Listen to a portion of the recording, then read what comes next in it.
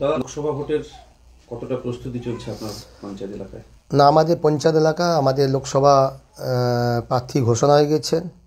আমাদের প্রার্থী আমাদের সাংসদ আমাদের যে ছিলেন আমাদের শিশিরবাবু আমাদের কনিষ্ঠ ছেলে, আমাদের কনিষ্ঠ পুত্র যে আমাদের সৌমেন্দু অধিকারী, অত্যন্ত আমাদের মানে আদরণীয় এবং পৌরসভা 11 বছর খুব সুন্দরভাবে চালিয়েছেন।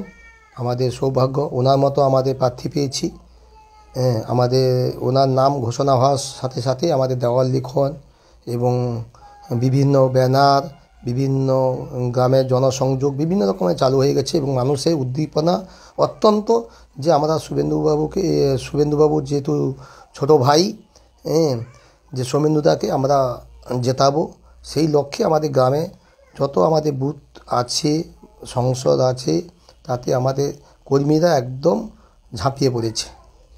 গত কয়েকদিন আগে আপনার হাত ধরে এই পঞ্চায়েত এলাকায় আর পার্শ্ববর্তী যে পঞ্চায়েত এলাকাগুলি রয়েছে, আপনার হাত ধরে বহু সংখ্যালঘু মানুষ বিজেপিতে যোগদান করেছে।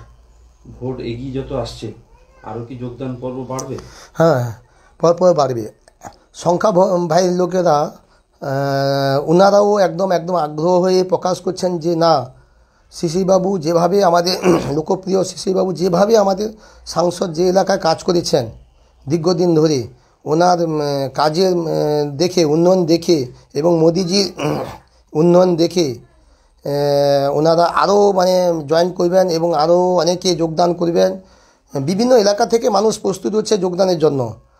তো আমরা চাইছি আরও যোগদানও করুক এবং নরেন্দ্র মোদীর হাত শক্ত করার জন্য আমরা এখান থেকে যে একটা সাংসদ পাঠাবো একদম সুনিশ্চিত, এবং কতটা মার্জিন আমরা বাড়াতে পারি সেই চেষ্টা আমরা চলছে। শুভেন্দুবাবু বলছেন যে 3 লক্ষ ভোটের মার্জিন হবে। হ্যাঁ, ঠিকই বলছেন, 3 লক্ষ ভোটে হবেই, যথেষ্টই। কারণ আমরা 2019-ও দেখেছি, বিধানসভাও দেখলাম, পঞ্চায়েতে দেখলাম, যেভাবে আমার দ্রুত গতিতে আমরা অগ্রগতি হচ্ছি, 3 লক্ষ ভোটে বেশি আমরা জিতবো।